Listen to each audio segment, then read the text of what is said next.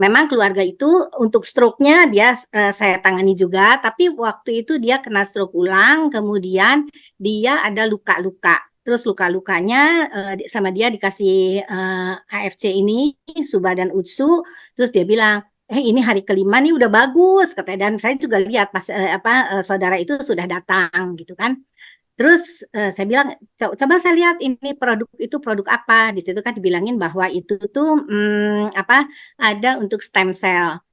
Kan sebagai neurolog, saya sudah mengenal stem cell yang memang disuntikan ya, karena kan misalnya pada cerebral palsy atau enggak pada Down syndrome atau enggak pada kasus-kasus stroke seperti begitu ya, itu kan memang sudah ada dibikinkan stem cell, jadi sudah dicobakan gitu kan.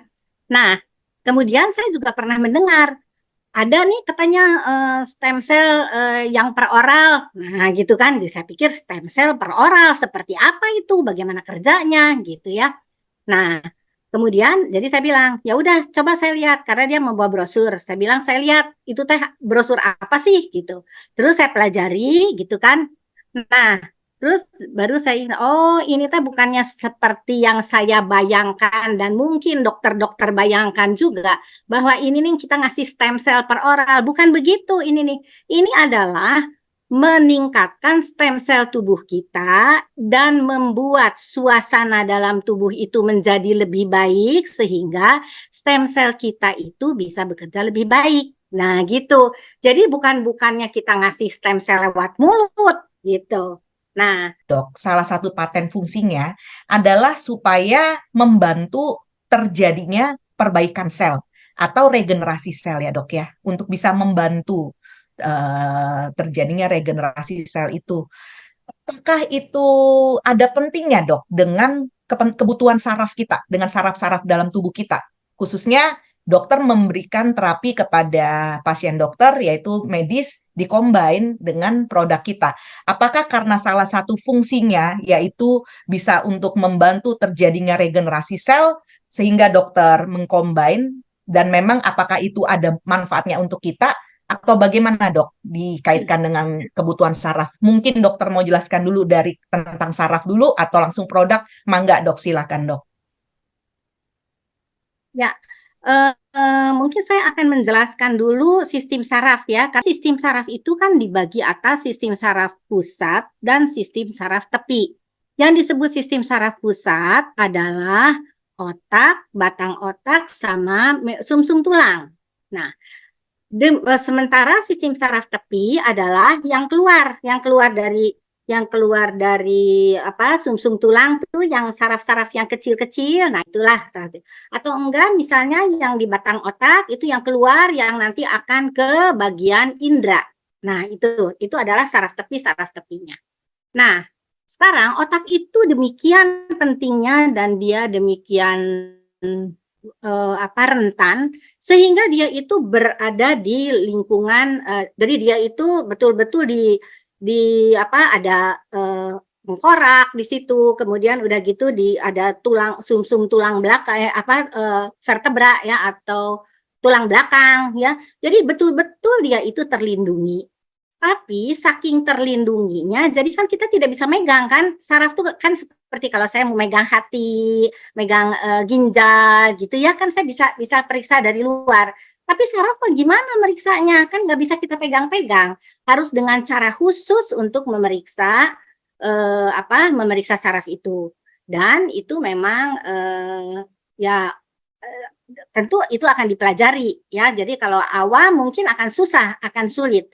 Tapi yang saya ingin jelaskan adalah setiap kelainan-kelainan itu, jadi gejala-gejala yang ada di saraf itu, kita harus membedakan apakah ini sesuatu yang biasa-biasa saja, artinya saya bisa memberikan gejala simptomatis, ataukah ini merupakan suatu red flag. Red flag itu adalah tanda-tanda bahaya. Kalau dia tanda-tanda bahaya, itu harus dicari apa penyebabnya dan bagaimana mengobatinya yang sebetulnya ya. Nah, kemudian tadi saya lupa bahwa sistem saraf itu kan yang di dalam otak nih ya. Di dalam otak dia itu kalau kita ini kan otak itu seperti map ya. Seperti map di mana tiap-tiap map itu menggambarkan fungsi dari kerjanya otak. Misalnya map untuk kalkulasi, map untuk motorik, map untuk menerima indera, map untuk melihat, map untuk bicara, map untuk ini gitu ya. Nah, itu tuh ada map-mapnya. Nah, kemudian map-map itu harus bekerja sama dengan daerah yang lain untuk supaya tujuannya tercapai. Itu melalui sirkuit. Sirkuit-sirkuit di dalam otak ini itu bekerjanya dipengaruhi oleh neurotransmitter. Jadi neurotransmitter lah yang menghubungkan masing-masing itu. Dan ada daerah-daerah tertentu di mana neurotransmitternya itu misalnya daerah frontal. Oh, daerah frontal mungkin dopaminergik yang lebih banyak dan ini banyak ininya neurotransmitter sendiri pun itu banyak. Ada yang serotonin, dopamin, asetilholin, kemudian banyak ya macam-macamnya. Dan itu memegang fungsi yang masing-masing. Nah, setiap ada kelainan, maka itu akan terjadi gangguan. Jadi misalnya begini, saya misalnya mau membaca ya, membaca itu kita anggap itu teh gampang, padahal itu teh sulit ya. Dia itu harus melihat dulu, melihat huruf, kemudian huruf ini akan dimasukkan ke dalam otak belakang karena dalam otak belakang adalah penerima apa-apa yang kita lihat. Kemudian nanti dia harus masuk ke daerah temporal, dari daerah tempat menyimpan secara sekuensial. Jadi secara berurutan, kemudian nanti harus dimasukkan ke dalam ke rute untuk berbicara, yaitu daerah lidah dan daerah mulut segala macam, barulah dia bisa keluar. Kalau seumpamanya ada gangguan dalam sirkuit itu, tentu dia tidak bisa baca. Misalnya, dia hanya gangguannya itu di sirkuit untuk sekuensial. Jadi dia nanti BA, misalnya ada tulisannya misalnya buku. BU, bu, KU, ku, budi. Nah, gitu kan. Karena dia tadi lupa. Tadi tuh apa sih ininya, urut-urutannya. Nah, seperti begitu. Ya. Jadi orang yang tidak bisa baca tulis itu kita harus melihat di mana dia nggak bisa baca tulisnya, jalur mana yang terganggu, gitu ya. Begitu juga kalau seumpamanya kita pelupa. Kalau pelupa itu pelupa apa? Pelupa nama, pelupa apa gitu ya. Nah, jadi sirkuit-sirkuit ini tadi kan bekerjanya dengan neurotransmitter. Dan nanti kita kalau berhubungan dengan produk, maka peptida. Nanti saya akan menjelaskan peptida, apa fungsinya dia, bisa sampai neurotransmitter ini bisa bekerja lagi, sehingga dia fungsinya akan baik lagi. Nah, jadi sebelum dia regenerasi, itu dulu ke klinis perbaikannya, dari situ kita akan bisa lihat. Nah, belum lagi nanti kalau misalnya susunan saraf tepi, ya susunan saraf tepi itu tuh panjang itu tuh alurnya itu bisa dari otak, misalnya motorik, itu tuh dari sini sampai ke kaki. Nah, itu kan. Nah, belum juga nanti yang dari kaki masuk lagi ke otak, itu pun lewat alur. Jadi kalau seumpamanya ada alur yang terganggu, ya akan terjadi gangguan. Gitu mungkin. Baik dok, jadi boleh nggak dok saya menyimpulkan dengan bahasa kami nih dok yang memang bukan orang kalangan medis ya, bisa nggak dok kalau dibilang begini, otak kita itu saat ingin melakukan sesuatu, maka sebelum dari otak terus kemudian memerintah tubuh kita untuk bertindak gitu ya, misalnya saya mau ambil gelas nih, otak udah punya keinginan gitu, mau ambil gelas, memberi perintah ambil gelas. Nah, tangan saya untuk bisa mengambil gelas itu semacam kayak ada sirkuitnya atau ada perjalanannya, atau dalam bahasa dokter tadi ya dari sebuah perintah untuk bisa diterjemahkan dalam sebuah action, itu nggak semudah itu dengan kayak kita tanpa pahami gitu ya, oh otak nyuruh ambil gelas, langsunglah tangan bergerak. Enggak, itu ada sirkuitnya gitu ya dok ya, betul ya dok ya? Betul. Nah, sirkuitnya itu kalau sampai orang sakit saraf, artinya sirkuitnya itu yang bermasalah ya dok, sehingga ketika otak memberi perintah ambil gelas, tangan kita tidak bisa bertindak, begitu dok?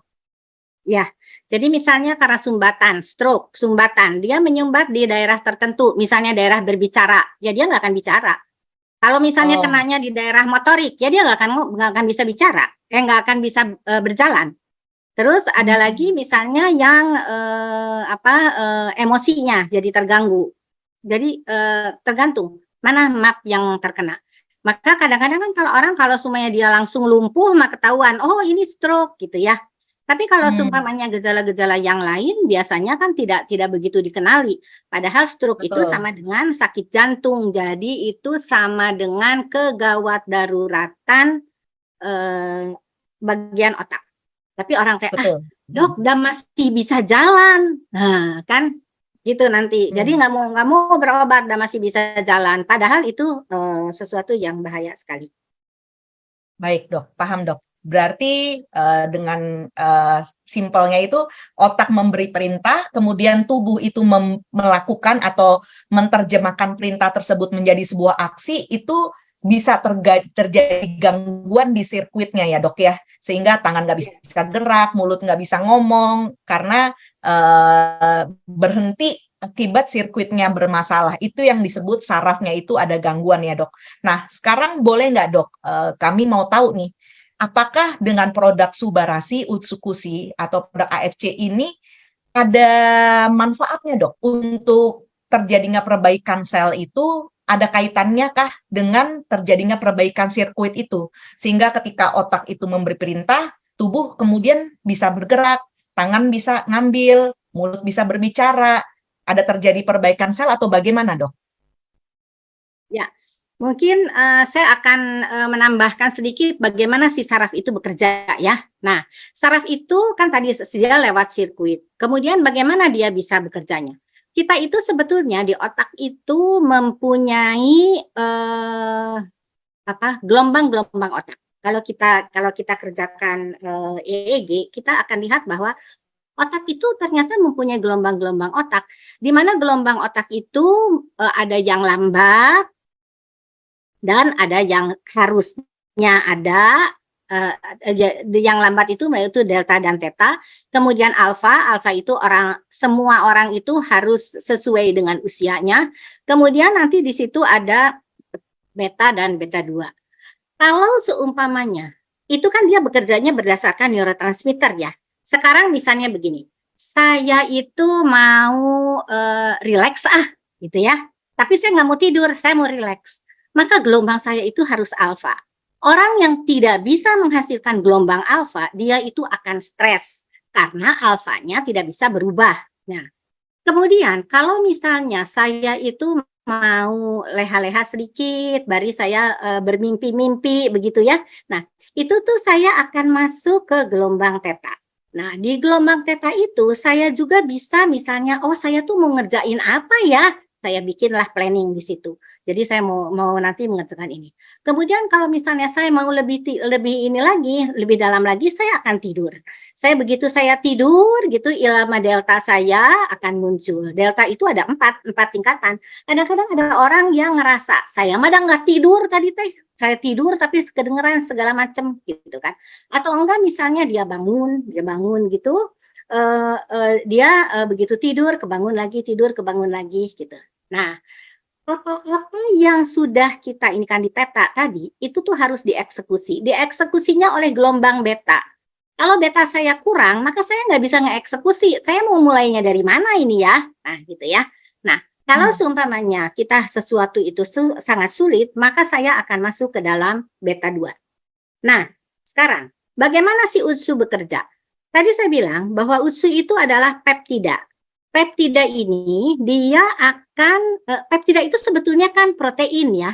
Dia itu merupakan jadi protein yang dipecah-pecah menjadi kecil itu jadi peptida dan peptida ini nanti itu bisa akan dibutuhkan oleh suatu neurotransmitter. Jadi dengan peptida kita banyak, oh peptida yang dari usus itu adalah dari salmon. Kenapa dipilih dari salmon? Karena susunannya itu sama dengan manusia, lebih tinggi sedikit gitu ya. Nah, jadi kita menggunakan itu.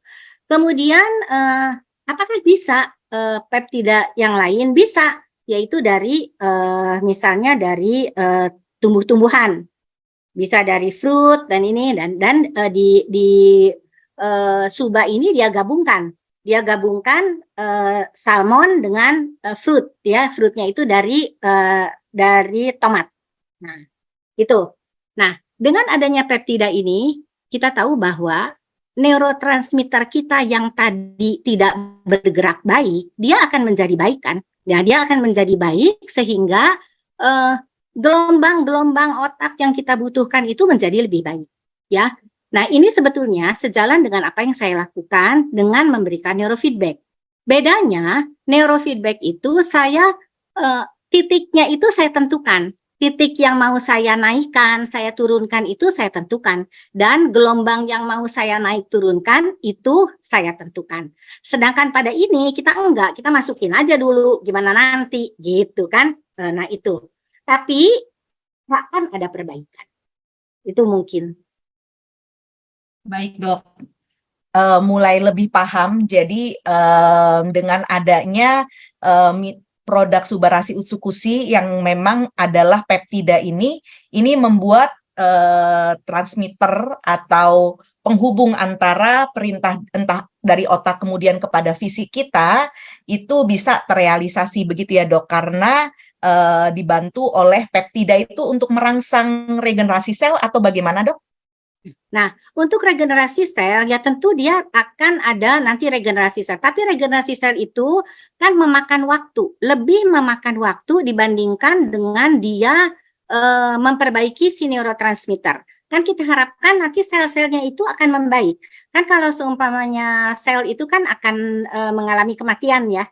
Akan ada kematian sel, kemudian Betul. kita akan rubah lagi. Nah, dengan si Utsu ini kan dengan Suba ini kan dikatakan bahwa dia itu meningkatkan stem sel badan kita. Stem sel badan kita itu kita ini kan sehingga sel-sel yang rusak itu akan diperbaiki. Gitu. Yang mana yang akan diperbaiki tergantung yang dibutuhkannya yang mana. Karena sistem sel itu bisa berubah, sistem sel itu kan di dalam badan kan ada yang jarak dekat, artinya ya untuk organ-organ tersebut, tapi ada yang misalnya dia nanti akan berubah menjadi stem sel yang dibutuhkan, gitu. Baik, Dok. Dari segi supaya bisa terjadinya perbaikan regenerasi sel dan perbaikan dari kerusakan transmitter sudah lebih paham. Jadi transmitter itu diperbaiki dulu, regenerasi sel memang butuh waktu ya, Dok ya, untuk sampai terjadi perbaikan sel ya, Dok ya. Dok, bisa tahu lagi nggak, Dok, selain itu manfaat produk Subarasi Utsukushi apalagi ya, Dok, selain memang untuk bisa memperbaiki transmitter tersebut sehingga dari otak untuk bisa direalisasikan ke tubuh itu bisa terjadi perbaikan, terjadi peningkatan fungsi dan juga perbaikan regenerasi sel. Selain itu ada manfaat apa lagi, Dok, untuk Subarasi Utsukushi, Dok? Dia akan mempengaruhi pembuluh darah. Pembuluh darah itu dia akan lebarkan dan kemudian kalau seumpamanya di dalamnya itu ada aterosklerosis, mungkin dia perbaiki dan dia mencegah untuk clotting. Tapi karena ini nih merupakan kombinasi obat ya, karena kombinasi obat, jadi saya sih tidak menganjurkan ini diberikan pada fase akut, misalnya fase akut stroke.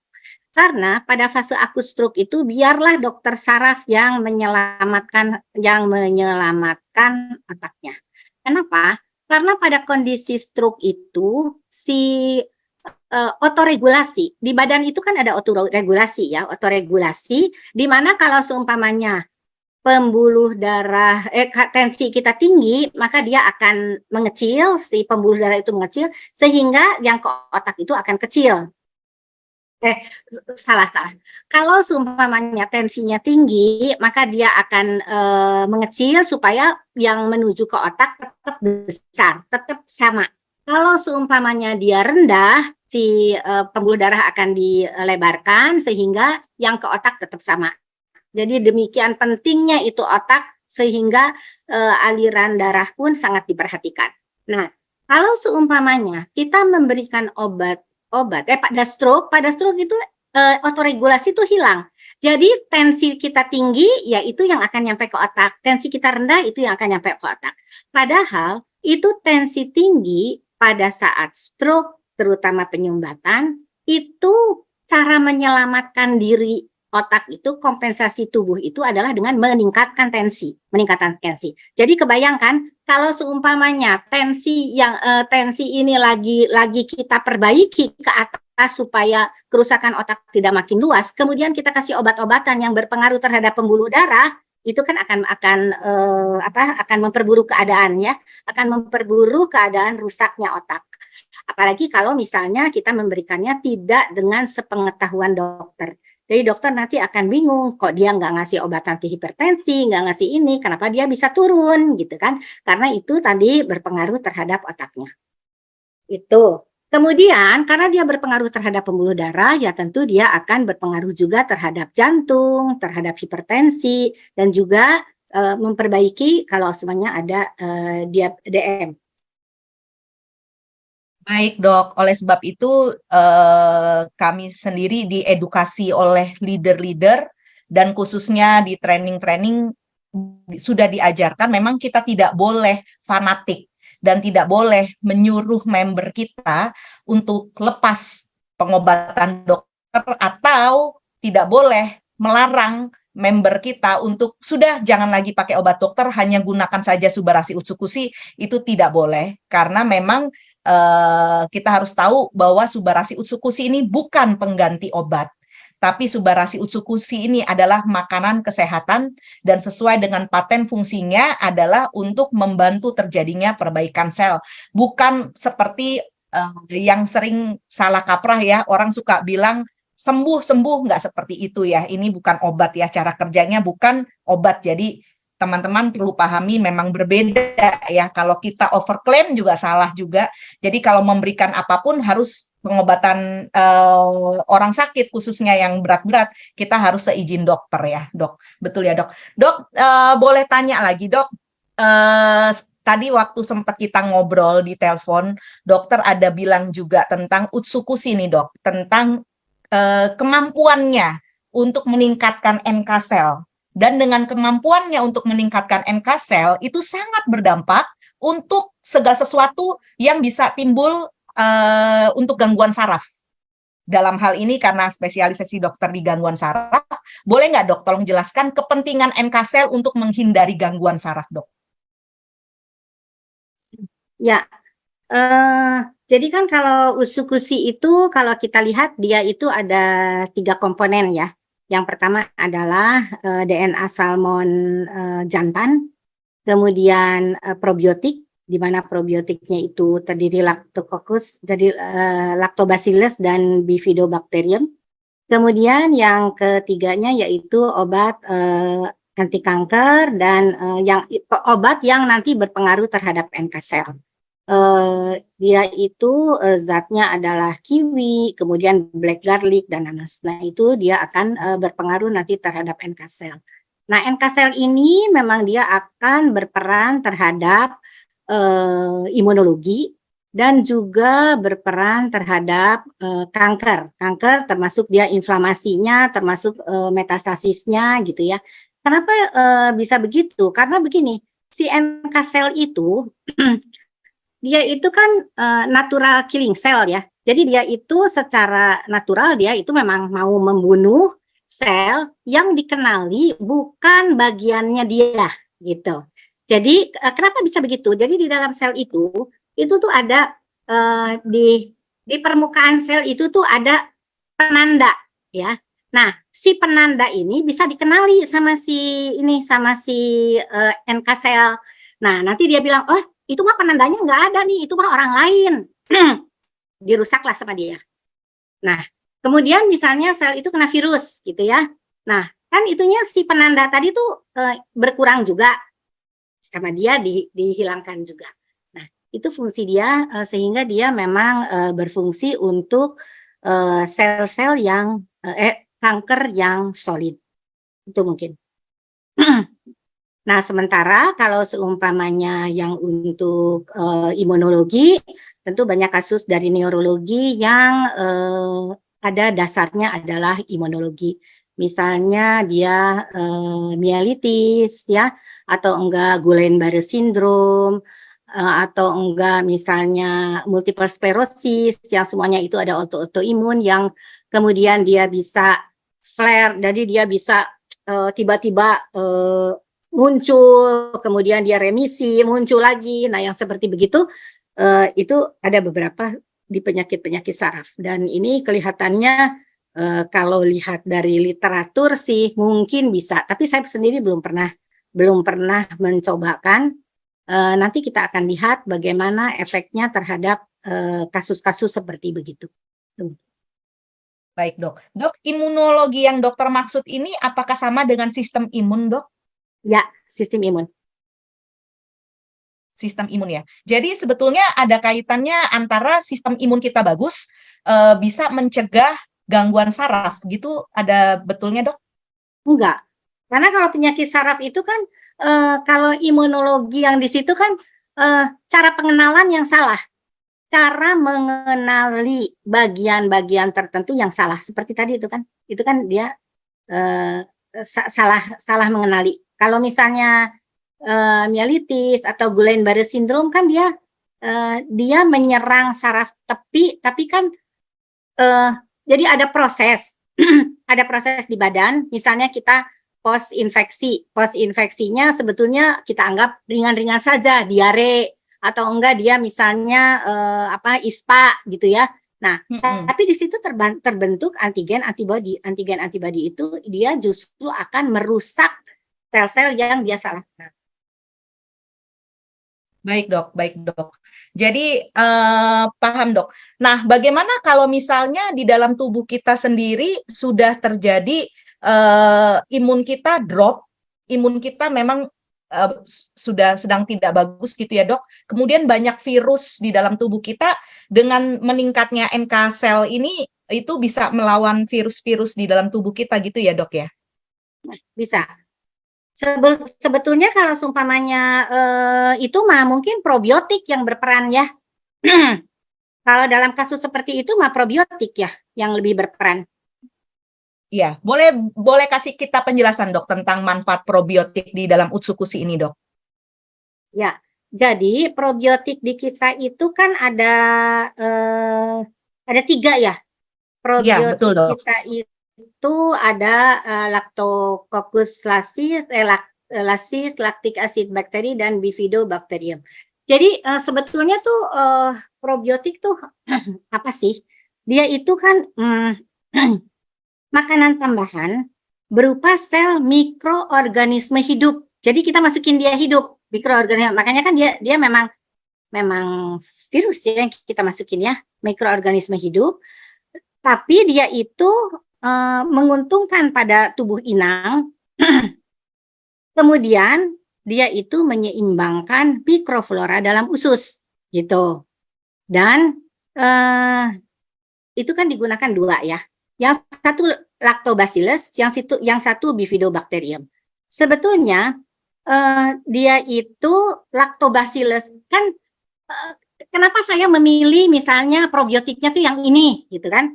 Oh ternyata karena probiotik itu menguntungkan dia untuk hostnya. Kemudian dia itu bisa bertahan, bisa membuat, jadi dia ke sel epitel itu dia masuk, kemudian dia membentuk koloni-koloni. Koloni-koloni ini akan mempengaruhi flora usus, gitu dia ceritanya ya. Nah, kemudian dia itu menghasilkan zat antimikroba. Jadi kalau seumpamanya ada mikroba masuk, sama dia dimatikan. Jadi kan floranya jadi baik ya. Nah, kemudian dan dia tidak boleh patogen. Jadi dia tidak boleh nantinya itu menjadi zat yang berbahaya untuk manusia. Itu nggak boleh ya. Nah, kemudian si ini kenapa harus lactobacillus dan bifidobacterium? Ternyata si lactobacillus itu dia bermainnya di usus. Kalau bifidobacterium itu di usus besar. Jadi dia lebih ke usus besar dan di vagina. Nah, itu dia yang bermainnya di situ. Jadi seluruh itu akan terlindungi gitu. Nah, Tapi dia juga akan merangsang penyerapan mineral, menaikkan nilai gizi, ya. Nah, itu sehingga daya tahan tubuh kita itu lebih tinggi. Jadi dia mempengaruhi perubahan sistem imun, saluran cerna, dan sistemik. Jadi bukan hanya saluran cerna saja, tapi memang saluran cerna dan sistemik. Baik dok, dok boleh nggak kasih gambaran ke kami dalam bahasa yang kami bisa lebih paham dan jelas ya dok?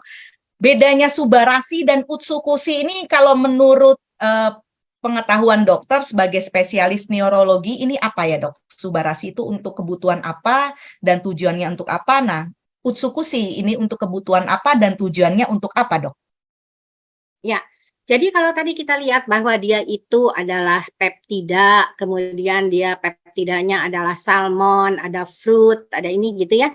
Jadi kita tentu akan lebih ke perbaikan. Kan kalau semuanya kita, jadi kalau kita lihat makanan, makanan itu kan ada karbohidrat, lemak, protein ya, kemudian vitamin dan mineral. Kalau dia ini kan peptida itu kan dia mengandung asam amino, mengandung protein.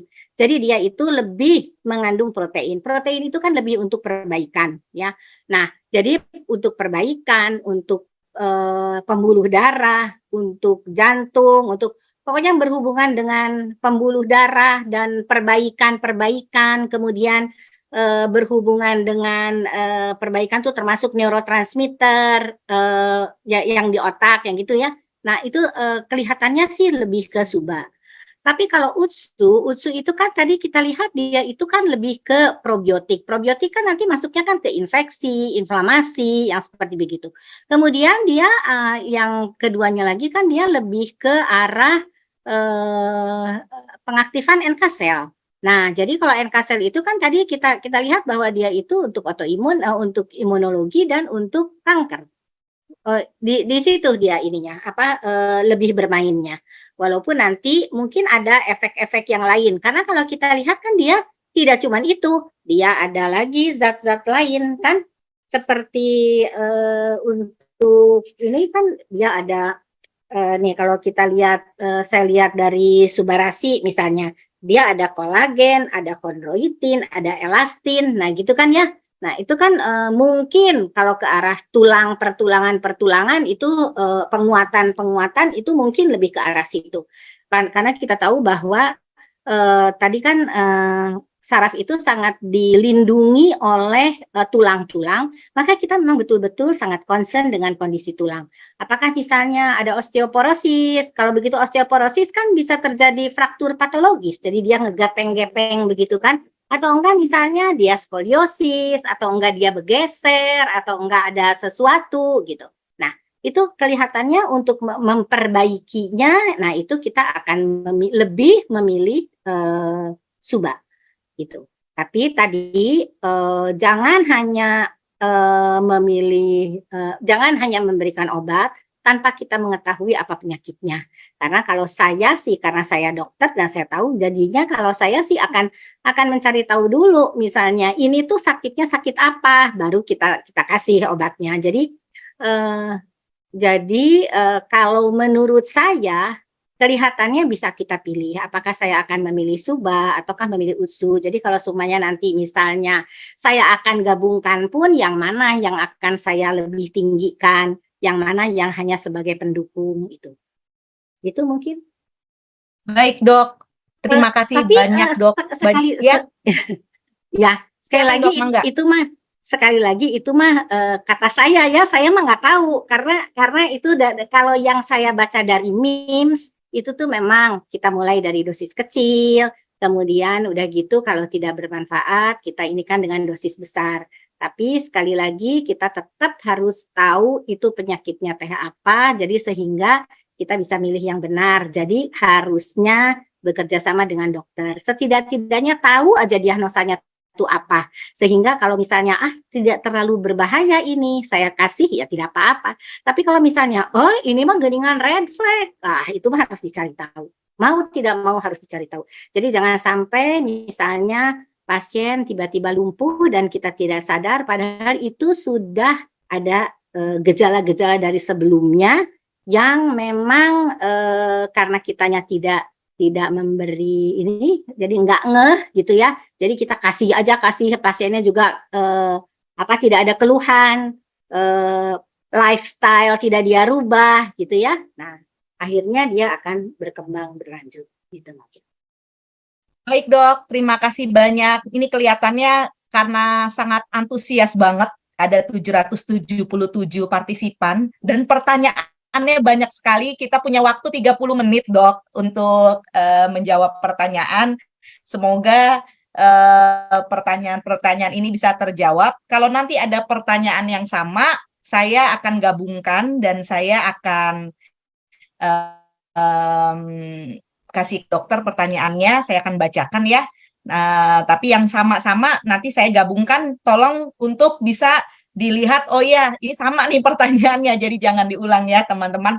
Dokter, ini mungkin sambil jawab pertanyaan, tapi ada beberapa pertanyaan dulu dok. Salah satunya tadi ada pertanyaan seputar autis dok, tentang anak autis yang masih kecil dan anak autis yang memang sudah dewasa. Dari beberapa pertanyaan autis, kalau boleh saya simpulkan, pertanyaannya begini dok, apakah pemberian Subarasi Utsukushi itu bermanfaat untuk anak autis, baik anak-anak maupun dewasa? Ini seputar untuk pertanyaan autis ya teman-teman. Jadi yang tanya autis biar dibantu jawab hari ini sama Bu Dokter. Ya, sebetulnya silahkan.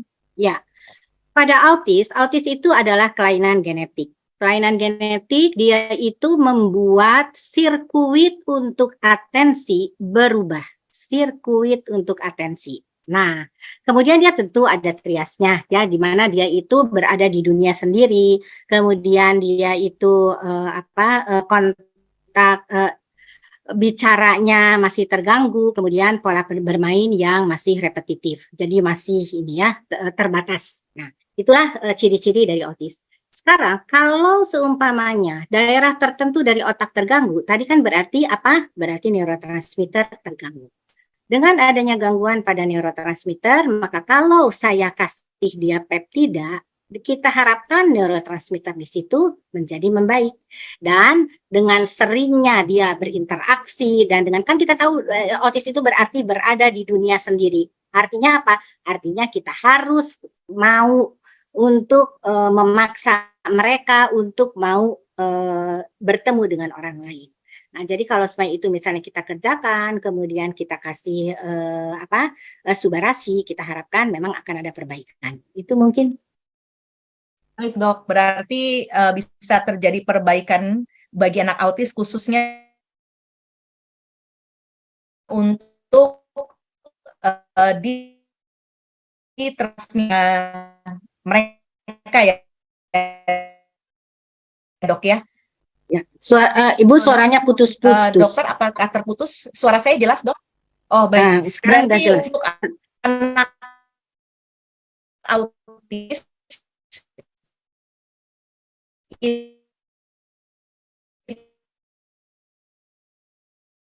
Si Pome suaranya hilang. Berarti kalau untuk autis. Sebentar ya dokter. Dok, apakah sudah jelas suara saya? Jelas sih sekarang. Oke. Jadi untuk anak akan membantu terjadinya perbaikan neurotransmitter mereka, betul ya dok ya? Jadi dengan neurotransmitter membaik, sirkuit akan membaik, dan penampakan akan baik. Oke, baik. Dok, ini ada pertanyaan seputar sakit ginjal. Tadi ada beberapa pertanyaan dan ini saya ringkaskan. Kalau untuk orang yang sakit ginjal, kondisi sudah cuci darah dan kondisi darahnya ini encer, bagaimana dok? Apakah boleh meminum produk Subarasi Utsukushi dok? Cuci darahnya kira-kira 2 kali seminggu dok. Ya, mungkin ini nanti kalau saya jawab, saya dimarahin ya sama dokter ginjal ya. Cuman pada prinsipnya saya tidak tahu ya. Jadi harusnya tanya ke dokternya. Cuman kalau misalnya saya lihat dari ininya, kan itu teh pasti kalau ureum kreatininnya tinggi, pasti racun-racun di badan akan tinggi ya. Nah, salah satu fungsi dari utsukushi itu adalah detoksikasi. Walaupun dia itu sebetulnya detox dari makanan. Jadi detox makanan yang masuk ke kita gitu. Tapi apakah ini nanti berfungsikah itu untuk detox ini yang lain, saya juga tidak tahu. Kemudian kalau semuanya dia misalnya ada kelainan dari ginjalnya sendiri, misalnya ya, apakah regenerasi bisa terjadi di situ? Yang kita harapkan memang ada. Tapi itu saya tidak tahu karena itu bukan ranah saya. Ya, jadi tetap harus konsul dengan dokter langsung ya, Dok ya, dokter Ya. yang menghandle pasien tersebut ya. Baik, kalau dari fungsi patennya memang terjadi perbaikan sel, tapi tetap harus bertanya kepada dokter atau minta izin pada dokter yang menghandle. Begitu ya teman-teman. Dok, untuk anak umur 7 sampai 8 tahun dengan kondisi kejang atau epilepsi, gitu ya, apakah bisa dibantu dengan Subarashi Utsukushi ini, Dok? Ya, sebetulnya kejang dan epilepsi itu kan ada yang simptomatik dan ada yang idiopatik ya. Simptomatik itu artinya ada kerusakan otaknya. Kalau idiopatik kita tidak lihat kerusakan otaknya, tapi itu mungkin genetik. Genetik itu jadi mungkin dia ada bawaan, misalnya ibu bapaknya dulu pernah kejang demam atau ini gitu ya. Nah, pada prinsipnya tiap kerusakan otak itu cenderung angka kejangnya akan lebih tinggi. Angka epilepsinya akan tinggi kalau kita bandingkan dengan orang normal. Tapi kalau ini dan untuk kejang ini memang kan ada obat-obatan yang memang harus diminum. Itu dan harus diminumnya itu sampai 2 tahun bebas kejang. Itu tergantung dari bentuk bangkitannya seperti apa. Nah, gitu ya. Jadi tiap orang itu tidak sama dikasih obatnya karena tergantung dia bangkitannya seperti apa. Nah, apakah ini boleh kita kasih suba dan utsu gitu ya? Nah, sebetulnya kalau seumpamanya dasarnya ada kelainan otak, tentu boleh dikasih. Cuman kita harus hati-hati karena tadi dia itu akan berpengaruh terhadap neurotransmitter.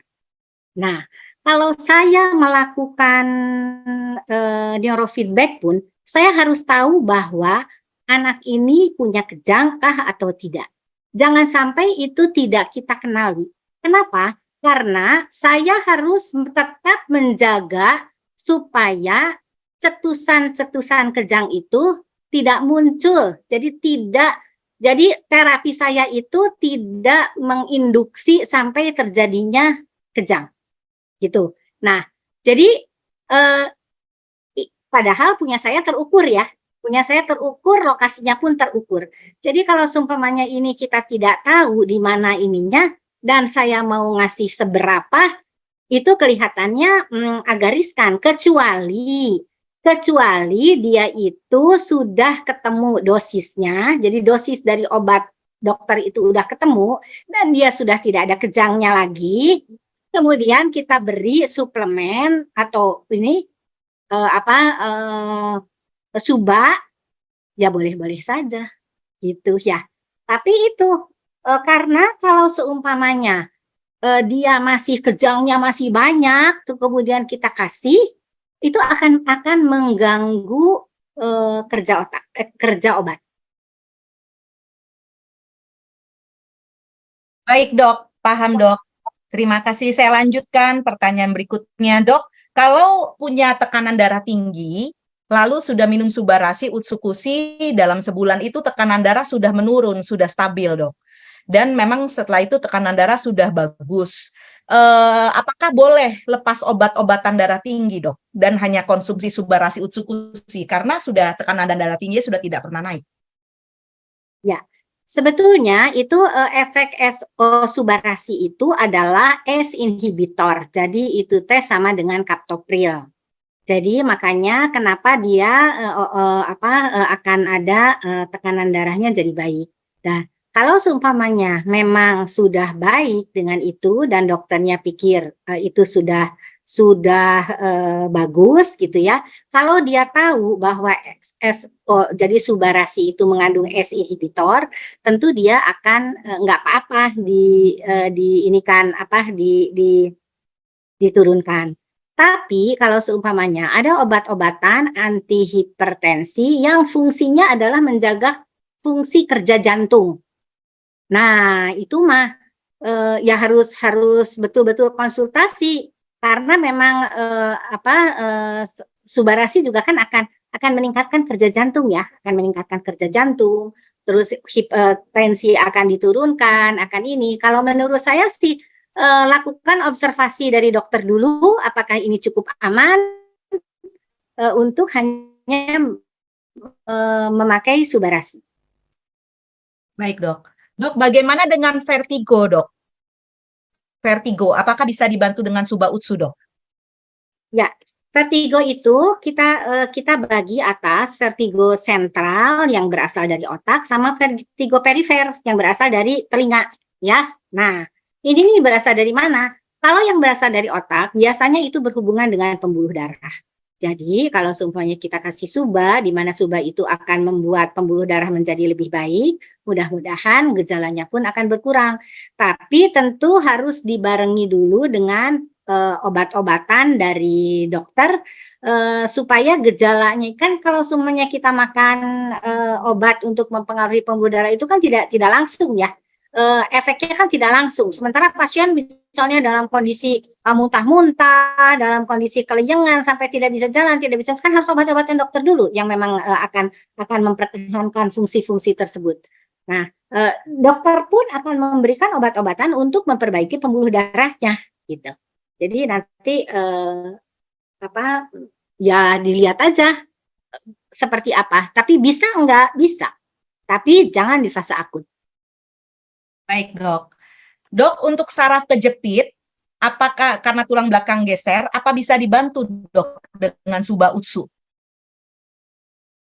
Nah, saraf terjepit itu kan kita harus lihat apakah ini cuman gejala low back pain, jadi cuman nyeri aja, atau kan memang betul saraf terjepit. Siapa yang mendiagnosanya, gitu ya? Jadi diagnosanya tuh benar atau enggak? Karena kalau memang itu saraf kejepit, itu adalah red flag. Red flag dari kelainan yang terjadi pada sumsum tulang. Jadi kita harus lebih berhati-hati. Nah, tentu kan kita juga berharapkan supaya struktur tulangnya baik ya. Nah, kalau struktur tulangnya sudah bergeser, dilihat bergesernya itu berapa banyak. Karena struktur tulang yang bergeser itu bisa berpengaruh juga terhadap sumsum tulang.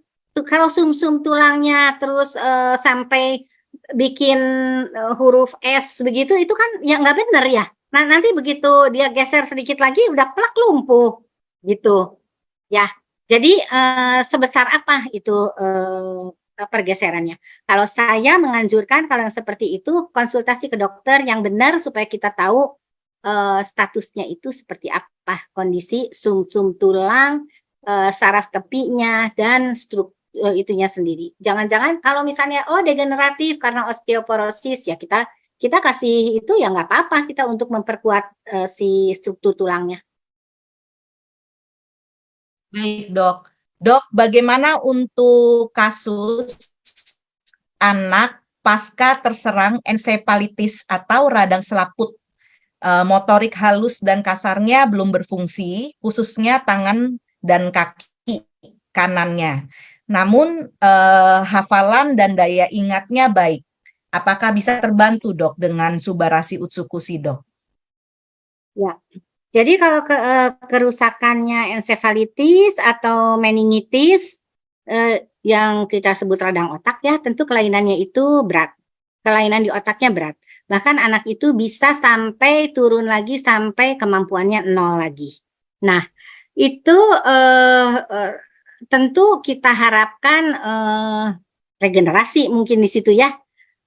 Tapi tidak tahu akan sejauh mana. Mungkin kalau saya pikir sih, yang pertama kita karena ini adalah infeksi, maka kelihatannya utsu harus masuk ya. Nah, kemudian karena ini pasti ada rusak di otak. Nah, kita mungkin SUBA masuk. Karena dengan SUBA kita harapkan si neurotransmitter mau bekerja. Kemudian regenerasi mudah-mudahan terjadi. Tapi lagi-lagi kalau seumpamanya ensefalitis itu pasti ada kejangnya. Kemudian kalau meningitis, apakah ini TBC atau bukan? Karena kalau itu TBC berarti pengobatan dengan dokter 6 bulan sampai 9 bulan. Tidak ada tawar-tawaran. Itu dia harus selesai. Selesai sampai pengobatan selesai. Jadi jangan misalnya dikasih UTSU, dikasih ini udah ada perbaikan, tidak boleh. Karena kita mematikan kuman atau mematikan kuman TBC itu memakan waktu. Kemudian tentu fisioterapi dan modalitas rehabilitasi harus dikerjakan. Baik, Dok. Dok, apakah ada kemungkinan anak kecil bisa mengalami stroke saraf, Dok? Dan apakah kalau memang iya, apakah indikasinya misalnya anak itu biasanya normal, lalu tiba-tiba tidak mau beraktivitas dan tidak kemudian jadi malas dan kalau ngomong hanya jawab satu kata saja. Apakah seperti itu, Dok? Stroke bisa terjadi pada usia kapan saja. Tentu faktor resikonya berbeda. Pada anak misalnya ada kelainan pembuluh darah atau enggak kelainan seperti sickle cell anemia, jadi kelainan sistem darahnya sendiri gitu ya. Sementara kalau pada dewasa kan tentu misalnya hipertensi, diabetes, kolesterol gitu ya. Jadi berbeda dalam faktor risiko.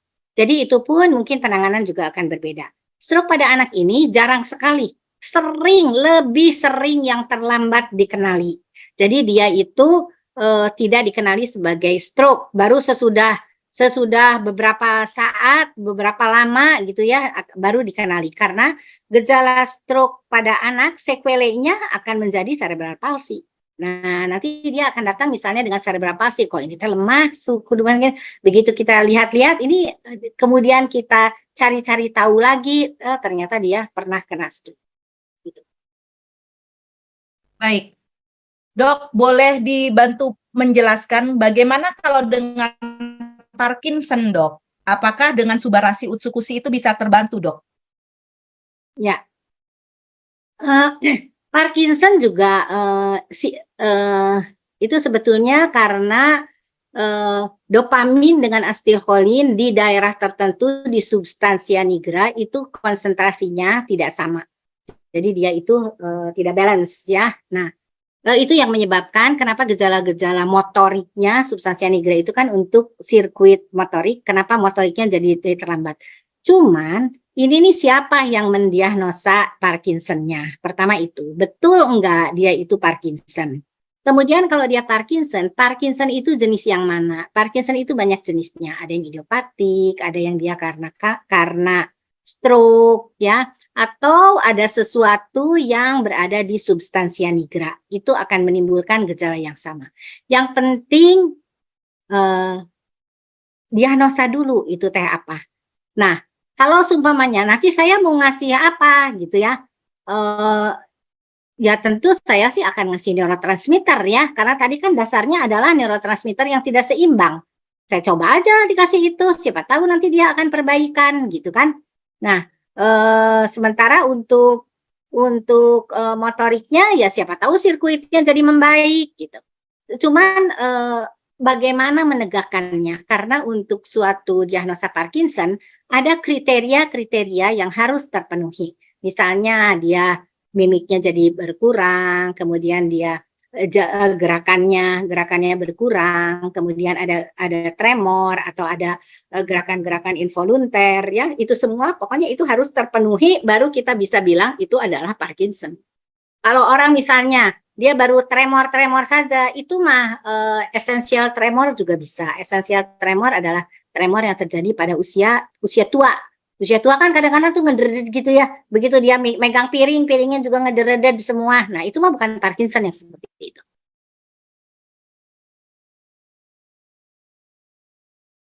Baik, Dok. Sebelumnya di sini ada banyak pertanyaan berkaitan dengan dosis. tadi siang pada saat saya dan Bu Dokter sedang diskusi tentang materi malam hari ini, bicara tentang dosis, teman-teman tidak bisa bertanya di ruang Zoom ini. Kenapa? Karena begini, teman-teman.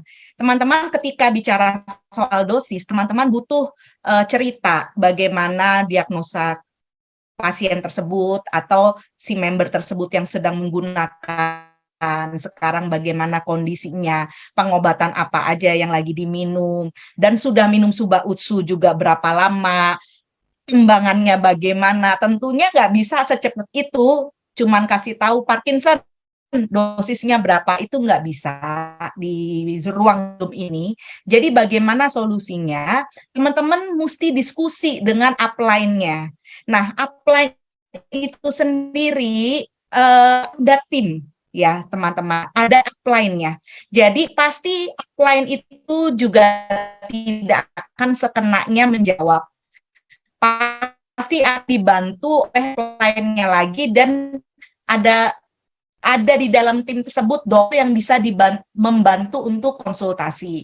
Tapi kalau mau tahu jelas penyakit yang berkaitan tersebut, teman-teman jangan khawatir. Teman-teman bisa juga ikut Zoom hari Sabtu yang selalu rutin dengan dokter. Teman-teman akan mempelajari sendiri di situ lebih dalam lagi. Jadi kenapa tidak bisa bertanya dosis atau tidak dijawab soal dosis? Semudah itu. Sakit ini dosis ini, sakit itu dosis segitu, nggak seperti itu. Kenapa teman-teman? Pertama, kita bukan obat. Jadi kita tidak bisa memberikan dosis, kita ini bukan obat. Produk ini adalah makanan kesehatan. Teman-teman harus konsultasi dengan upline kalian masing-masing berkaitan dengan kondisi sekarang bagaimana, sudah minum Subarasi Utsukushi berapa banyak, perkembangannya, progresnya bagaimana. Seperti itu ya teman-teman. Oke, saya lanjutkan, ada pertanyaan lagi dok. Anak saya pas bayi pernah koma, terus sempat diambil cairan sumsum tulang belakangnya, dan oleh dokter didiagnosis sebagai meningitis bakterialis, dan sekarang umur 3 tahun, sudah sehat tapi belum bisa bicara dan belum bisa jalan. Apakah bisa dok dengan Subarasi? Ya, ini kalau ada meningitis bakteri ya.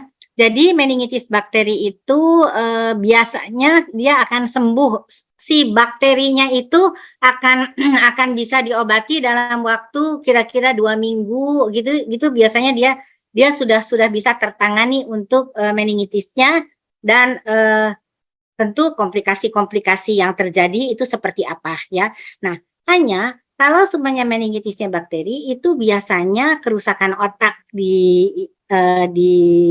jadi akan ada kerusakan otak yang merupakan sequelae. Sequelae itu adalah gejala sisa. Kelihatannya di ibu ini gejala sisanya adalah di daerah jalan dan di daerah wicara. Kalau daerah jalan dan daerah wicara kelihatannya mungkin agak luas ya. Nah, tapi kalau seumpamanya kita mau diobati, kalau menurut saya kasihlah Suba. Suba lebih ini lebih akan bisa. Walaupun ya mungkin mau digabung dengan Utsu boleh, tapi untuk perbaikan kelihatannya Suba. Kenapa saya gabungkan dengan Utsu? Supaya kondisi jadi menambah baiknya lingkungan di dalam tubuh, sehingga si Subanya ini bisa lebih efektif untuk bekerja. Mungkin itu. Tapi kalau seumpamanya dipilih mau yang Suba atau Utsu, menurut saya Suba. Baik dok. Baik. Ini ada pertanyaan. Berapa bulan lalu suami saya kena stroke, sampai saat ini masih konsumsi obat pengencer darah. Apakah bisa makan pengencer darah 2 hari sekali dan minum Subarasi? Apakah bisa ditambah dengan black garlic untuk membantu pemulihan stroke? Setelah pasien stroke sembuh, apakah obat hipertensi dan pengencer darah harus tetap diminum, dok? Ya. Jadi pengobatan pada stroke itu yang pertama adalah kita menyelamatkan otaknya. Jadi kita kasih obat-obatan untuk memperbaiki kondisi fase akut. Sesudah itu kita akan bergerak ke fase kronik, yaitu yang disebut sequelae stroke. Gejala sisa stroke ini pada saat fase akut selesai, obat-obatan itu tidak boleh berhenti. Karena apa? Karena kita tidak mau terjadi stroke yang berulang, gitu ya. Jadi misalnya ada pasien yang stroke, tapi dia hipertensi, kemudian dia kontrol hanya ke dokter penyakit dalam, dia tidak kontrol ke dokter saraf, kemudian dia hanya diberi obat hipertensi dan tidak diberi obat untuk ini. Sehingga dia bisa jatuh dalam stroke yang kedua. Stroke yang kedua itu akan lebih berat dari stroke yang pertama. Kerusakan di otaknya pun akan lebih luas, jadi akan lebih gede gitu ya. Jadi jangan sampai kita itu jatuh ke stroke kedua. Nah, oleh sebab itu biasanya kita dikasih obat minimal untuk 2 tahun untuk mempertahankan supaya pembuluh darahnya sambil tentu dicari faktor risikonya apa saja dan faktor risiko itu yang akan diinikan. Sekarang boleh nggak saya makan suba? Boleh. Obat-obat anti hipertensinya dimakan nggak? Ya dimakan. Obat stroke-nya dimakan nggak? Dimakan. Karena dia mempunyai cara kerja yang berbeda, gitu ya.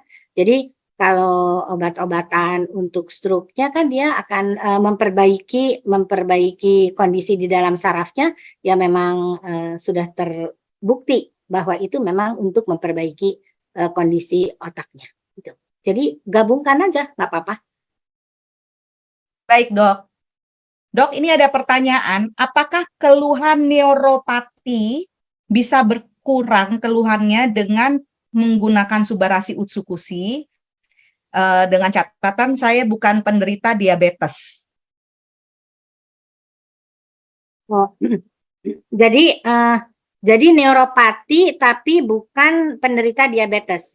Ini harus dicari neuropatinya tuh dari mana, karena neuropati itu kan hanya menyebutkan bahwa saraf perifer itu terganggu. Terganggunya itu karena apa? Makan yang nggak benar gitu ya, asal makan yang tidak bergizi gitu, jadi asal kenyang tapi tidak bergizi, itu juga bisa. Kemudian ada saraf-saraf yang misalnya dia ada jepitan-jepitan. Jepitan-jepitan itu bisa di sini namanya carpal tunnel ya, atau enggak misalnya jepitan itu di sini di leher, itu juga bisa. Jadi harus pastikan dulu kenapa, apa penyebabnya gitu ya. Jadi baru sesudah kita tahu apa penyebabnya, baru mau kita kasih apa. Kalau kita tidak tahu dia dari mana, ya ini. Nah, kalau seumpamanya itu ada diabetes, memang kalau diabetes itu kan akan kena ke mikrovaskuler. Mikrovaskuler itu artinya pembuluh-pembuluh darah kecilnya itu akan keganggu sehingga saraf tepinya itu tidak kebagian aliran darah, sehingga itu yang akan menimbulkan neuropati. Jadi tentu dengan suba itu akan baik gitu. Mudah-mudahan karena si suba itu akan memperbaiki pembuluh darahnya. Kemudian untuk diabetesnya juga nanti dia akan memperbaiki kondisi diabetesnya sehingga dia tidak apeng-apengan seperti begitu, dan neuropatinya mudah-mudahan membaik gitu. Tapi kalau bukan karena yang kita tidak tahu karena apa, ya harus dicari tahu ya dari mana. Gimana cara ngasih tahu? Gimana cara taunya dengan EMG? Baik, Dok.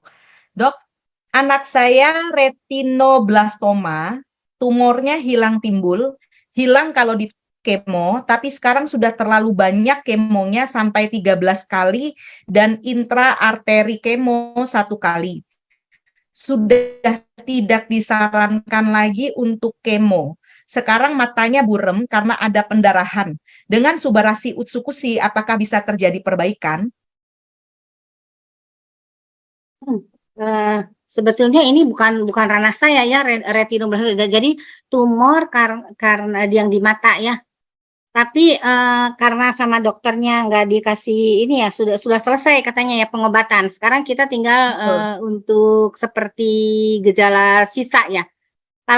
Jadi gini, kalau seumpamanya tadi kita bicara dengan milih suba atau utsu, nah kalau seumpamanya untuk tumornya kita lebih milih utsu.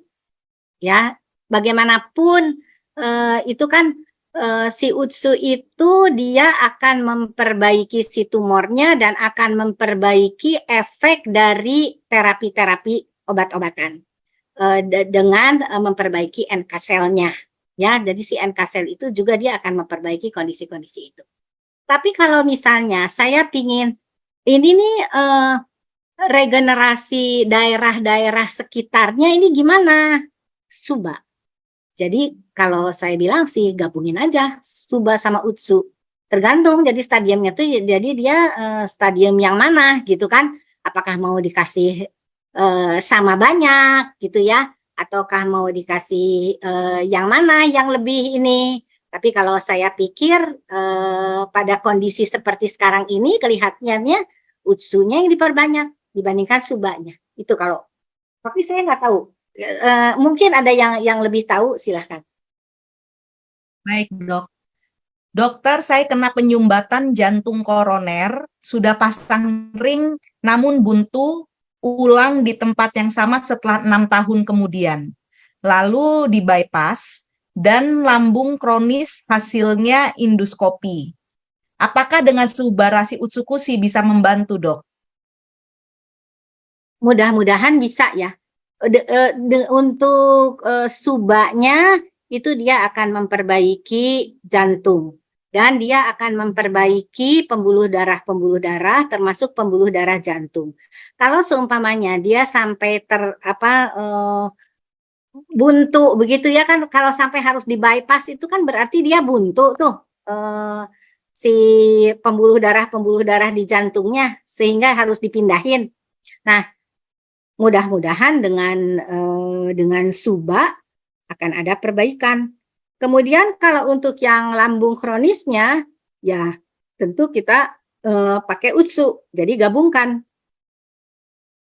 Yang Baik, mana Dok. yang lebih penting gitu ya? Menurut saya pada kondisi ini Suba yang lebih penting. Baik, Dok. Dok, ada anak teman dulu terkena jerat rantai di leher karena operasi sehingga suaranya seperti bebek. Apakah kalau diterapi dengan Suba Utsu bisa terbantu, Dok? Kejadiannya kapan ya?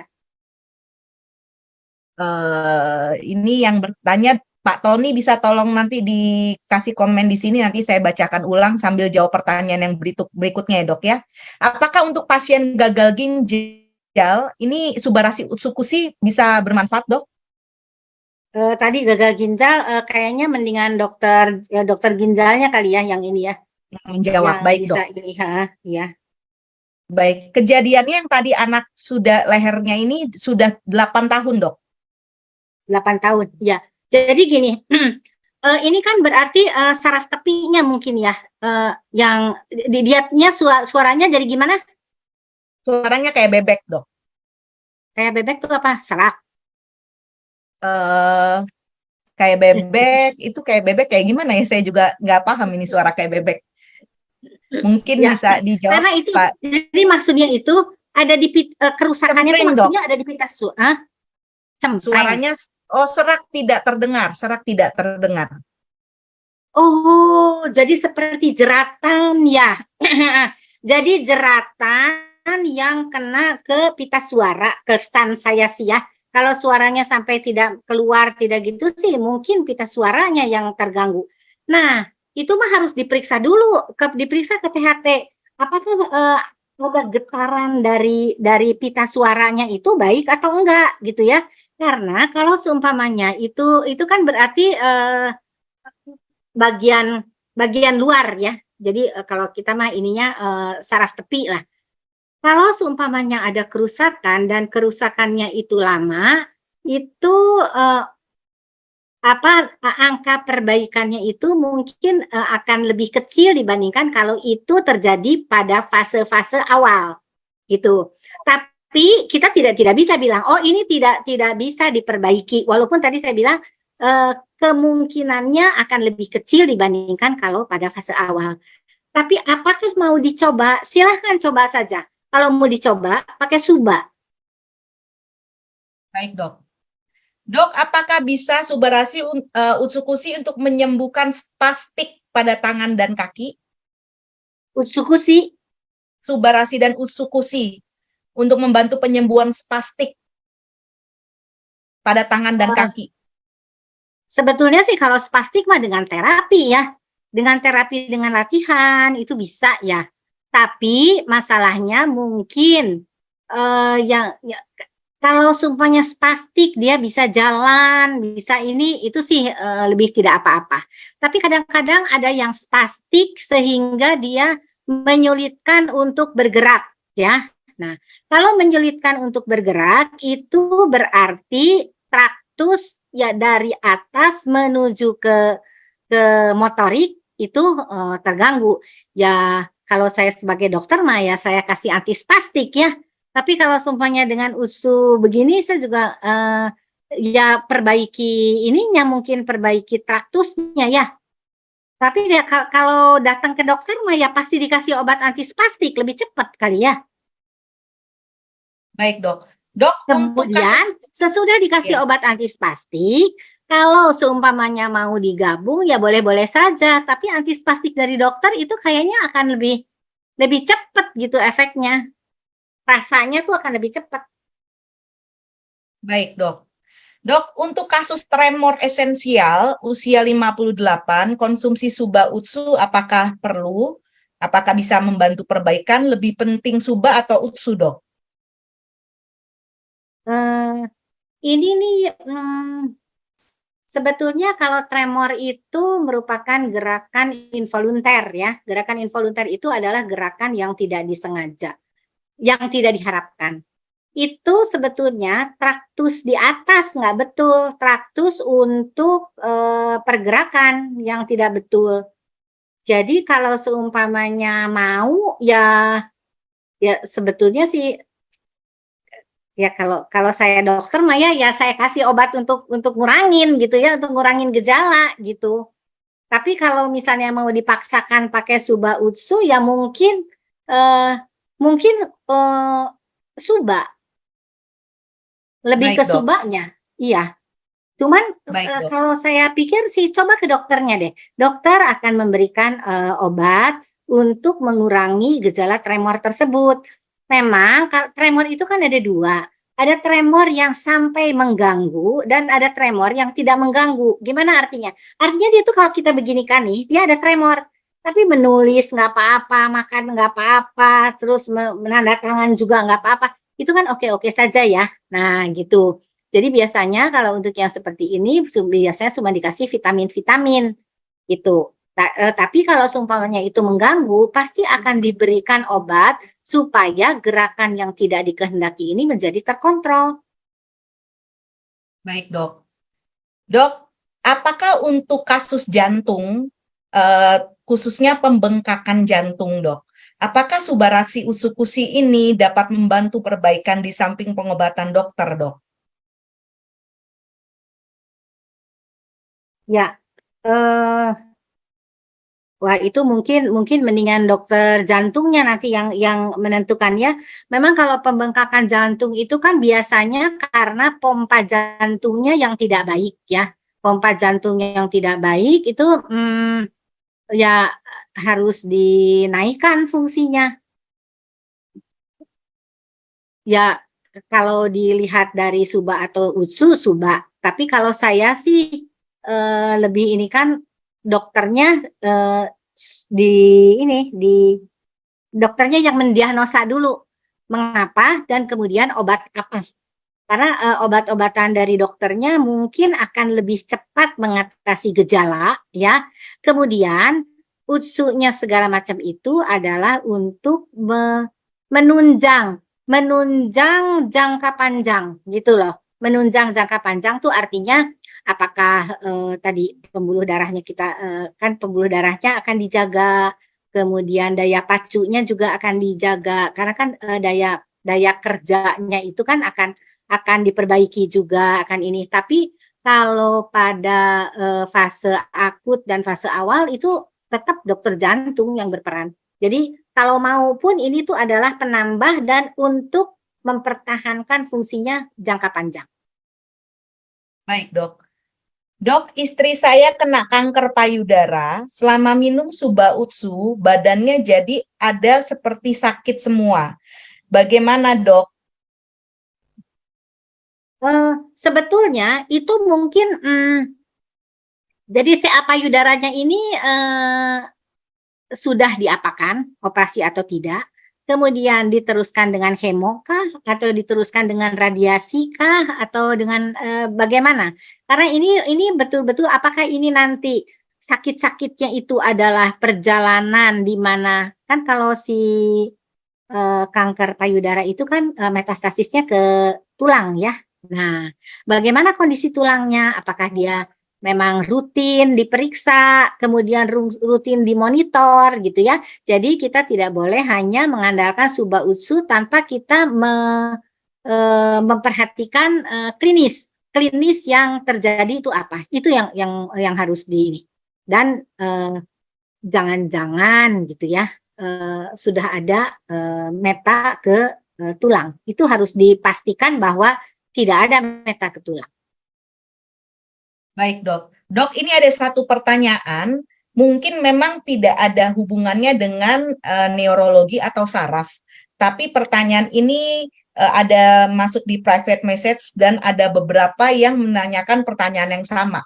Mengapa ya, Dok, kalau sudah minum Subarasi Utsukushi bagi pasien yang sakit diabetes atau gula darah, sejenak gula darahnya itu beberapa hari atau kadang beberapa minggu itu bisa mengalami peningkatan, justru gula darahnya naik. Padahal Subarasi Utsukushi tidak ada kandungan gulanya. Tetapi karena dikonsumsi terus, akhirnya gula darahnya sekarang sudah normal. Ada beberapa kasus pasien seperti ini, Dok. Kenapa ya, Dok? Ya, mungkin kan salah satu kerja dari salah satu kerja dari Suba itu adalah meningkatkan insulin growth factor. Nah, di situ mungkin dia berperan di situ, tapi belum kan untuk dia bisa mengontrol itu kan dia membutuhkan waktu ya supaya itu bisa naik pun kan itu dia perlu waktu, tidak akan begitu seperti kita makan cabai begitu kita makan langsung naik kan enggak ya. Nah, mungkin efek-efek ke arah situ. Cuman saya juga nggak tahu kenapa diabetes itu harus Suba dengan Utsu gitu ya. Nah, nggak tahu apakah itu memang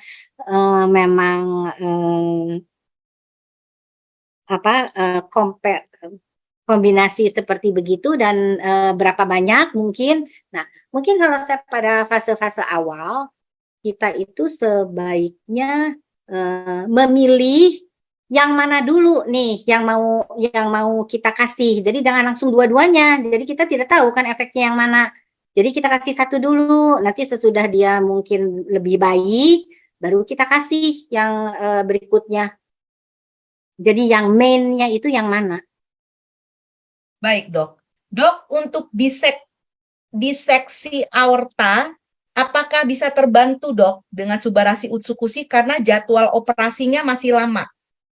Diseksi aorta mah enggak ya, karena itu mah kan kelainan anatomis, nggak bisa itu mah ini lagi kegawat daruratan ya.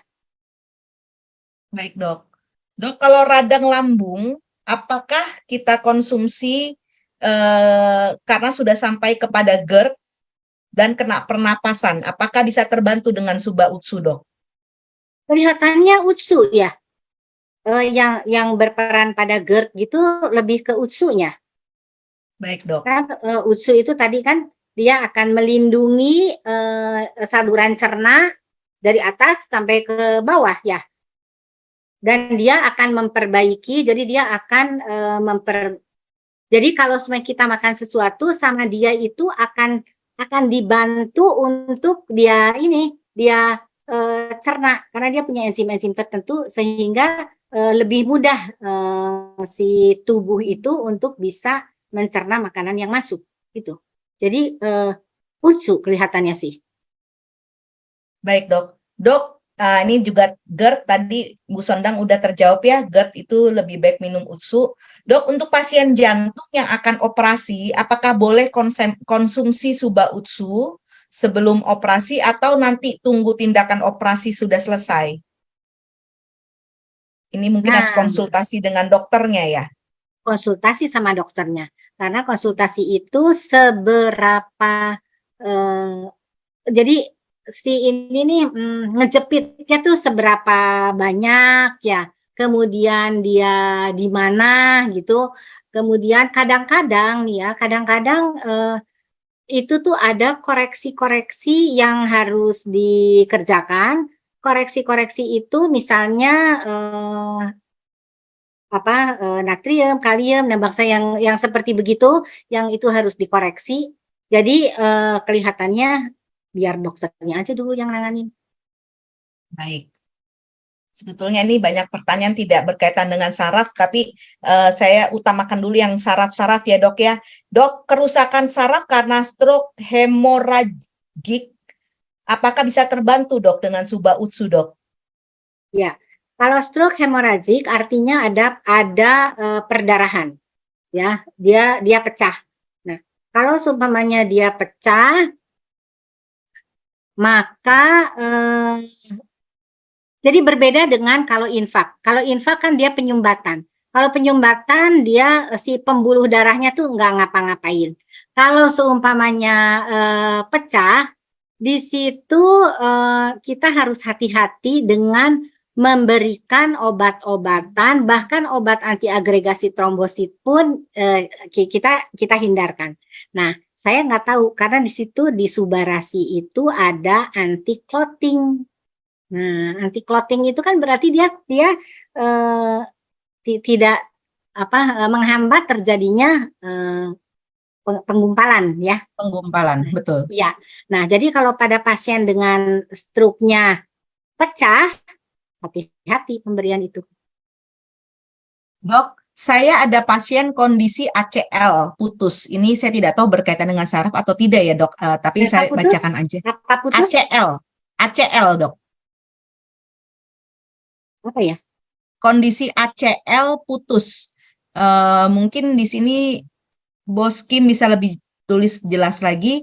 Dia atlet sepak bola, sambil nunggu ya dok ya. Yang berikutnya aja dulu saya bacakan. Untuk keluhan sakit seperti otot ketarik di pinggang belakang sampai betis kecetit, kalau orang Jawa bilang. Udah sering pijat, refleksi tapi masih sering. Apakah termasuk gangguan saraf dok? Dan apakah bisa terbantu dengan subarasi? Ya, kalau seumpamanya seperti menjalar gitu ya. Kalau seperti menjalar, pastikan dulu apakah ini radikulopati atau bukan. Kalau seumpamanya radikulopati, itu tuh dia dari pinggang, dia bisa sampai ke paha, bisa sampai ke betis, dan bisa sampai ke ujung jari kaki. Yang mana? Itu tergantung. Dia itu di lumbal mana? Lumbal 3 kah? Lumbal 45 kah? L5S1 gitu ya. Jadi ada tempat-tempatnya. Nah, kalau seumpamanya tidak ada tanda-tanda jepitan saraf, itu bisa aja. Karena kan kalau seumpamanya otot yang ketarik itu juga kan bisa. Tentu obatnya itu akan berbeda. Kalau semuanya kita sih ya biasanya dikasih antiinflamasi bisa. Kemudian kalau seumpamanya kita mau kasih vitamin-vitamin juga bisa gitu. Kalau mau dikasih Suba Utsu, lebih ke mana ya? Mendingan dipastikan dulu ya datangnya dari mana ya. Baik dok. Dok, setelah operasi patah tulang dan pasang pen dan sudah fisioterapi, tapi jari-jari tangan masih berasa kaku, masih sulit menggenggam, apakah ada saraf yang rusak, dok? Apakah bisa terbantu dengan terapi Suba Utsu? Eh, kalau untuk tulangnya, mungkin kalau kita ingin mengharapkan dia baik lagi, itu Suba. Tapi kalau seumpamanya untuk menggerakkan, itu fisioterapi. Karena bagaimanapun itu harus latihan terapi medis itu mah. Gitu. Baik, dok. Dok, apakah HB rendah bisa terbantu, dok, dengan Suba Utsu, dok? Anemia hipokromik mikrostik. Nah, ini saya nggak tahu nih kalau anemi begini maksudnya kemana ya. Baik, Saya nggak tahu karena kalau ini. baik. Dok, ibu saya stroke 1,5 tahun, riwayatnya hipertensi dan diabetes. Awalnya tangan dan kaki tidak bisa gerak, sekarang sudah banyak kemajuan, tangan dan kaki sudah bisa gerak, tapi belum kuat. Suba Utsu masih rutin minum, tapi pinggangnya masih suka sakit, dok. Jadi kaki kanan pun belum terlalu kuat. Saya harus fokus yang mana, dok? Eh, Suba usunya boleh diteruskan, obat-obatan stroke diteruskan. Kalau seumpamanya dia ini tentu fisioterapi harus masuk ini mah. Ya. Jadi pinggang-pinggang yang sakit yang seperti begitu ya mungkin kalau seumpamanya eh, gerakan gerakannya kurang atau rehabilitasinya kurang ya tentu akan ada gejala-gejala itu karena kalau misalnya tangan yang tidak digerakkan kemudian kita tidak lakukan stretching ya tentu dia akan memendek. Begitu memendek, begitu kita mulai gerakan dia akan kesakitan gitu. Jadi ini mah kelihatannya fisioterapinya harus perbanyak. Nah, fisioterapi itu jangan cuma mengandalkan fisioterapi ya. Fisioterapi itu dia akan memberi PR, misalnya gini, kita itu akan fisioterapi 1 minggu 2 kali. Nah, maka PR si fisioterapis akan memberikan PR apa yang harus kita kerjakan dalam 1 hari 3 kali karena pasiennya kan ada di kita, lebih banyak ada di kita. Fisioterapi kan cuma seminggu sekali atau seminggu 2 kali paling banyak. Jadi yang harus melakukan adalah kita. Baik, dok. Dok, yang ACL tadi, cedera ligamen lutut anterior, biasanya disebut cedera ACL, anterior cruciate ligament. Apakah terbantu, dok, dengan Suba Utsu, dok? Ini mah harus diperbaiki dulu ya. Kalau dia cedera kan begini, itu tuh kan kalau ligamen itu kan bagian dari otot, bagian ininya ya. Nah, kalau seumpamanya ada kerusakan di situ, kita harus tahu dia robek atau tidak. Jadi cedera sampai robek atau tidak? Karena kalau seumpamanya saya mau melakukan misalnya perbaikan, saya mau perbaikan, saya harus tahu dong itunya apa si salurannya ini cukup baik dan saya cuman tinggal nambahin gitu. Ini berbeda dengan kalau misalnya ada suatu kerusakan. Misalnya begini nih, saraf kejepit tadi ya. Saraf kejepit itu misalnya ternyata itunya si tulangnya itu dia bengkok, sangat bengkok sehingga si sumsum tulangnya itu menjadi belok. Tentu akan berbeda efeknya kalau dia itu si struktur sumsum tulangnya baik, vertebranya baik, sumsum tulangnya juga baik, tapi hanya ada gangguan. Nah, tentu kan akan lebih mudah ya. Jadi kita harus lihat dulu seberapa rusaknya itu seperti apa. Baik, dok. Dok, saya pasien lupus sudah 6 bulan konsumsi Suba Utsu. Tapi 2 bulan ini saya tidak bisa tidur. Bulan lalu 8 malam nggak bisa tidur. Sekarang sudah 9 malam tidak bisa tidur, nggak bisa kerja. Bisakah terbantu, dok, dengan Suba Utsu? Ini sudah dikasih Suba Utsu tapi tidak tidur. Mendingan berobat ke dokter, kenapa saya nggak bisa tidur gitu ya. Mendingan dicari tahu kenapa dia tidak bisa tidur. Apalagi misalnya ini 9 hari tidak tidur sama sekali. Nah, jadi betulan tidak tidurkah? Ataukah itu dia tidur tapi dia masih mendengar atau ini? Jadi yang mana? Definisi tidak tidur itu harus dipastikan dulu. Karena kalau seumpamanya dia betul-betul tidak tidur 24 jam, ya itu mah harus ke dokter ya, harus dikasih obat gitu. Kalau diambil cairan sumsum belakang, apakah ada efek sampingnya, dok? Terus agar cairan sumsumnya bertambah, apakah bisa dengan Suba? Untuk apa sumsum tulang ditambah?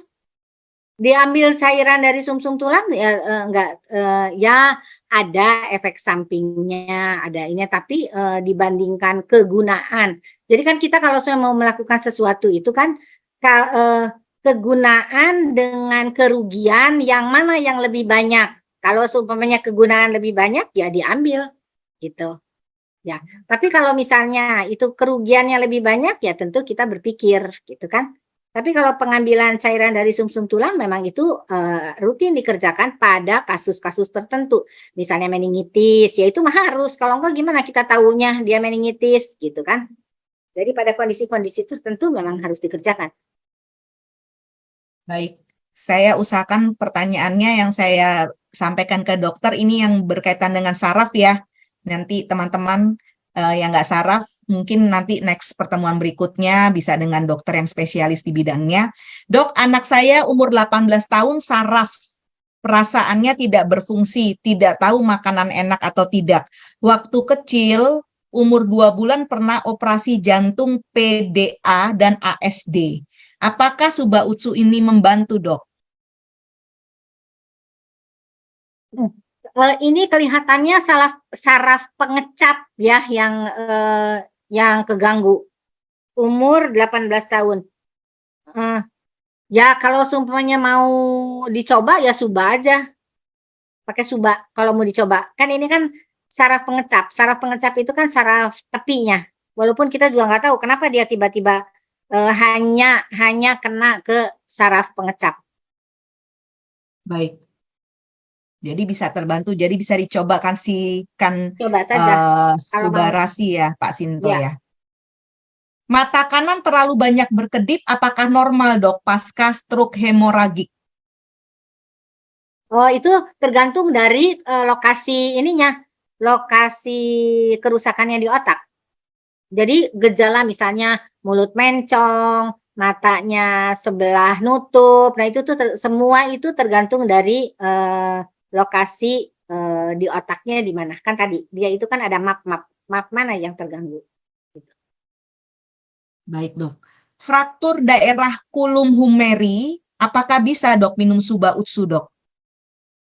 Kolum humeri, jadi ya perbaiki dulu ya, karena kan harus distabilkan dulu. Kan kalau semua ada fraktur, kalau frakturnya dia misalnya keplek begini, ya gimana dia mau nyambungnya kan nggak bisa nyambung kan. Kalau semuanya kita perbaiki, alignment-nya jadi bagus gitu, kemudian kita kasih Suba, boleh-boleh saja. Tapi kalau dia sedang tal begitu, gimana mau nyambungnya? Ya. Iya. Ini ada pesan dari Ko Yohanes yang nggak saraf. Mungkin maksudnya yang dia tidak berkaitan dengan saraf, jangan nanya ya. Benar-benar. Oke, ini khusus yang saraf ini. Iya. Tunggu sebentar ya, Dok. Speech delay itu kan berkaitan dengan saraf ya, Dok. Saraf tuh jadinya saraf ya, Dok ya. Speech delay, Dok. Bagaimana, Dok, untuk speech delay, Dok? Ya. Jadi kalau speech delay kita harus lihat. Kan tadi di otak kan ada map dengan sirkuitnya ya. Nah, salah satu sirkuit itu adalah dari motorik menuju ke mulut. Nah, sekarang kita lihat dulu speech delay-nya itu apakah organ-organ mulutnya baik. Kalau organ mulutnya baik berarti dia makannya baik, terus minumnya juga baik. Kemudian ininya si mulut itu nggak ngebuka gini nih, atau dia lidahnya keluar atau enggak dia netes. Nah kalau itu begitu itu berarti memang organ mulutnya pun tidak baik. Tapi kalau semua itu baik saja, maka kita lihat sirkuit di otak yang mana yang tidak baik. Nah, jadi dengan begitu dia speech delay-nya juga akan teratasi. Tapi tentu saja harus dibarengi dengan dengan terapi bicara. Tapi apakah boleh saya bantu dengan Suba Utsu? Boleh, bantu aja dengan Suba. Baik. Dok, kalau saraf motorik terganggu pasca stroke, apakah bisa, Dok, terbantu, Dok? Bisa, kan tadi traktusnya yang nggak benar. Dan itu daerah-daerah dia kan nggak benar. Kalau ada satu daerah yang tidak benar, neurotransmitternya pasti nggak benar. Ya, kasih aja. Baik. Epilepsi ini kan termasuk saraf ya, Dok? Saraf ya, Dok? Tuh gara-gara Ko Ya, Yohanes ngomong saraf jadi saraf dah saya ngomongnya. Saraf ya, Dok? Epilepsi ya, Dok ya? ya. Masih ya. Dok, ada kenalan saya setelah operasi otak karena epilepsi, sekarang anaknya jadi mundur seperti batita. Pipis di pampers, makan diam saja, tidak minta walaupun lapar, padahal umur 19 tahun. Bisa terbantu nggak, Dok?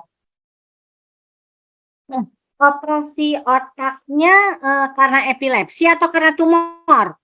Karena epilepsi, Dok. Di sini sih Eh, ditulisnya karena epilepsi. Ya, nah epilepsi itu kan tidak semua operasi ya.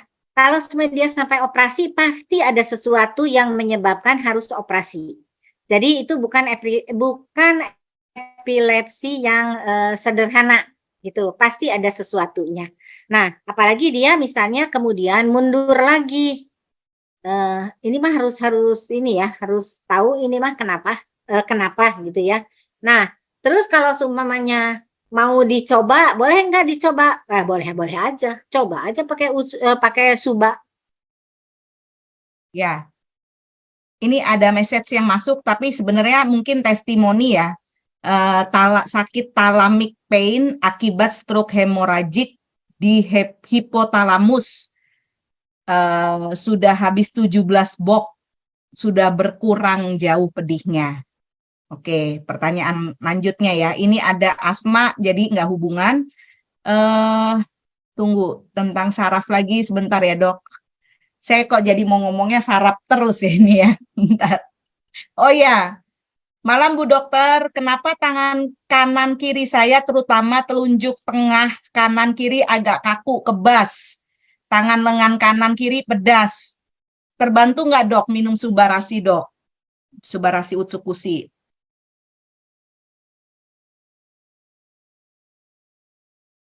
Ini kebas dan kaku ya. Nah, ini ada harus dilihat karena apakah ini ada hubungannya dengan di sini nih carpal tunnel ataukah itu memang hanya di jari-jari gitu. Kalau di jari-jari kan seperti artralgia gitu-gitu ya. Kalau di sini ini kan karena saraf kejepit. Jadi yang mana itu ya? Gitu. Jadi harus dipastikan dulu yang mana.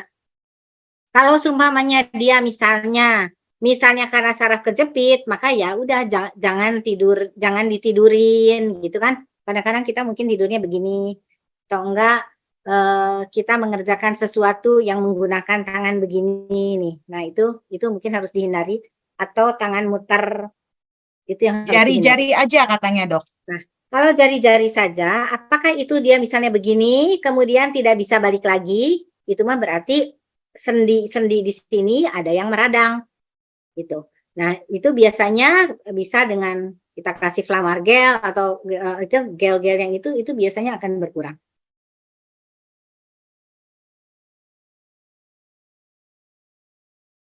Oke, saya bacakan ini ada pesan penting ini dari upline saya dan upline Bu Dokter juga ini.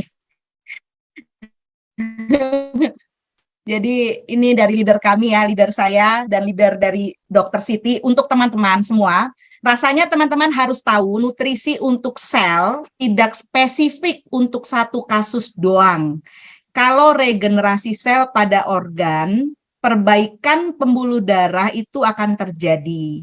Tentunya metabolisme tubuh menjadi lebih normal dan perbaikannya holistik tentunya.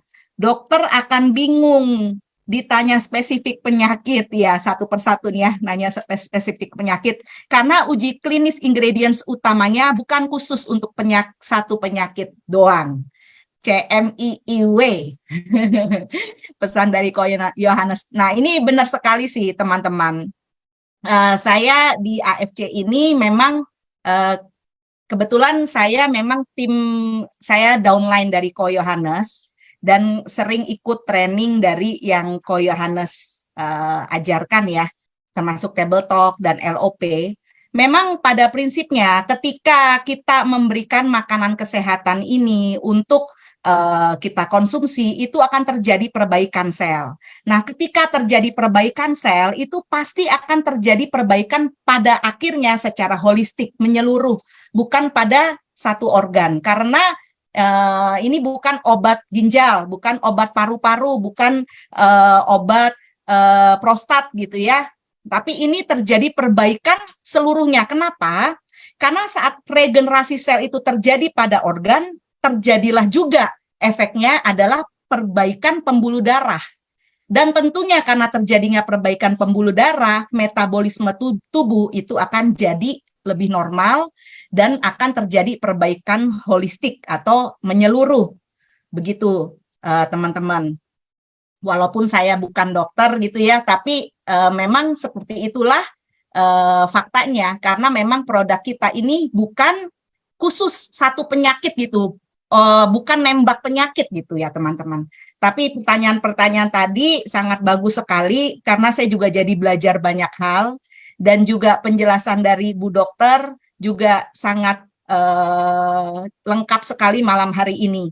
Nah, ini juga ada tambahan lagi, obat-obatan dari dokter sangat dibutuhkan untuk membantu nutrisi sampai pada induk sel.